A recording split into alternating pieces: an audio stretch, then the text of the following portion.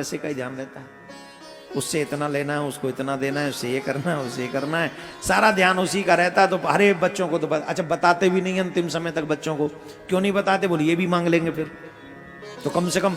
अच्छा जब तक जेब में पैसा हो ना तब तक लगता है कि यार सब अपने हैं, और जैसे ही पैसा कम हो तो कोई नहीं पूछता। तो इसलिए हम लोग भी सोचते हैं कि अंतिम समय जब मरेंगे तो इनको दे के मरेंगे तो खुश होंगे कि हमारा बाप इतना दे के मरा है। अब मरा कब ये पता नहीं चलता, कब मरना, तो वो बिना दिए ही मर जाते हैं। तो दिमाग में वही चलता रहता है। हम बोलना चाहते अरे अरे रुको, अरे सुन जा, अरे कलुआ इतकुआ उस पे से इतना लेना, तो अब आवाज नहीं निकल रही, आवाज नहीं निकल रही, मरने से पहले वॉइस चली जाती है।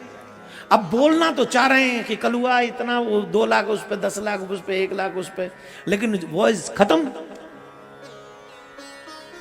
क्या खत्म? एक कहानी याद आ रही, सुनाऊं? 1 मिनट एक्स्ट्रा लगे बस, सुनाऊं? सुनाऊं का? हाँ, प्रयागवासियों ने 1 मिनट सुन लो बड़े ध्यान से।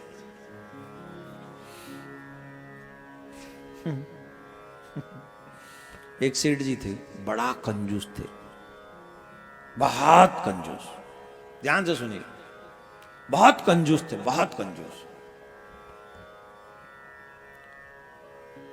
अब इतने कंजूस थे कि चवन्नी कभी उन्होंने दान नहीं दी, कभी भी नहीं दी, कभी भी चवन्नी नहीं। कई लोग होते हैं वो बैठ जाते हैं पकड़ के, एकदम सांप कुंडली मार के बैठते, वैसे एक चवन्नी नहीं हिलती उनके हाथ से। तो बड़े कंजूस थे, कभी नहीं एक चवन्नी दान नहीं दी।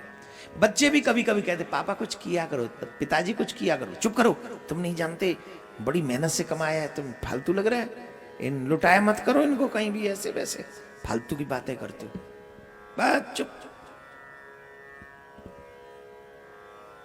अच्छा बच्चे ये जानते थे बाबा ने छुपा के रखा है, छुपा के रखा है, सब जानते थे, पर बाबू इतना कि बच्चों को भी ना बताए। अचानक से क्या हुआ कि वो बड़े बूढ़ों को थोड़ा बाहर, घर के बाहर रखते हैं ना, जैसे घर के पूरी देखभाल हो जाए, पशुओं की भी देखभाल हो जाए, तो ऐसा सब चलता रहता था। अचानक से क्या हुआ, डॉक्टर ने कहा कि इनके पास ज्यादा समय नहीं है, और अचानक से उस सेठ जी को एक दृश्य सामने दिखाई पड़ा कि बछड़ा जो है वो झाड़ू चबा रहा है। क्या चबा रहा है? बछड़ा जो है झाड़ू चबा रहा है। अब वो बार बार ऐसे करें, बार बार ऐसे करें, बच्चों को बुलाएं, वो बच्चे खाट में ऐसे हाथ पाथ मारें तो बच्चे दौड़ गए, क्या हुआ क्या हुआ, जाने वाले जाने वाले।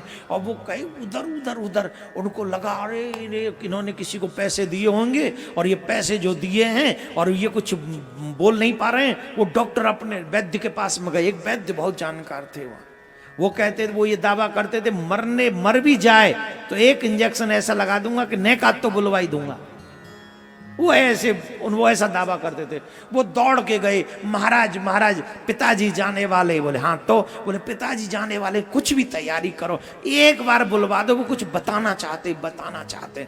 बोले भाई हम बुलवा तो देंगे पर 1 लाख रुपए का इंजेक्शन है। कितने का महाराज? बोले 1 लाख का है। बोले महाराज हम पक्का बता दें, 1 लाख दे देंगे, पर जल्दी से जल्दी तुम एक बार बुलवा दो। और दौड़ के लेके गए महाराज वैद्य जी को लेकर गए। वैद्य जी ने इंजेक्शन लगवाया, और वैद्य जी ने जब इंजेक्शन लगाया तो वाकई उस इंजेक्शन से कुछ असर हुआ। और इंजेक्शन से हुआ तो बच्चे कह रहे थे हाँ पिताजी बताओ, हाँ पिताजी बताओ, हाँ पिताजी बताओ, हाँ पिताजी बताओ। तो उन्होंने कहा अरे पागलो, देखो वो बछड़ा झाड़ू चबा रहा है। अरे मूर्खों, देखो वो बछड़ा, मैं अभी मरा नहीं हूं, उससे पहले तुम इतना नुकसान करवा रहे हो, जब मैं मर जाऊंगा तब क्या होगा तुम्हारा। देखो सारा झाड़ू खा गया बछड़ा। बोले और कुछ नहीं बताना था? और क्या बताना था? ये चबा गया झाड़ू। झाड़ू 1 लाख रुपए की झाड़ू, 1 लाख रुपए की।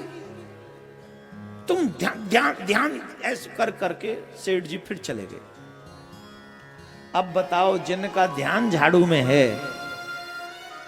क्या बनेंगे? ये माया बड़ी प्रबल है। ये माया मनुष्य को मरने नहीं देती है, फंसा देती है। महाराज भरत जी महाराज जैसे भजनानंदी आदमी को भी अगले जन्म में मृग बनना पड़ा, क्योंकि उनकी रुचि मृग में थी, ध्यान वहां रह गया तो मृग बनना पड़ा। तब उन्होंने क्षमा मांगी भगवान से, प्रभु मुझे क्षमा कर दो, मुझे अपराध हो गया, मैं समझ नहीं पाया, भ्रम में पड़ गया, मोह में पड़ गया, इसलिए मुझे। तो उन्हें वो याद रहा, भजन का प्रभाव था, इसलिए तो भगवान ने दया करके उनको फिर से एक मनुष्य योनि भेजा और अब की बार ब्राह्मण योनि में भेजा, और वहां उनका नाम हुआ भरत, जहां उन्हें कहा गया जड़ भरत। रहुगण को बहुत सुंदर उपदेश दिया, तब जाकर उनका कल्याण हुआ। आप समझ लीजिए एक बात, ये बात हम क्यों बोल रहे हैं आपसे। तन से संसार निभाओ और मन में ठाकुर जी को बसा लो, लोक भी सुधर जाएगा, परलोक भी सुधर जाएगा।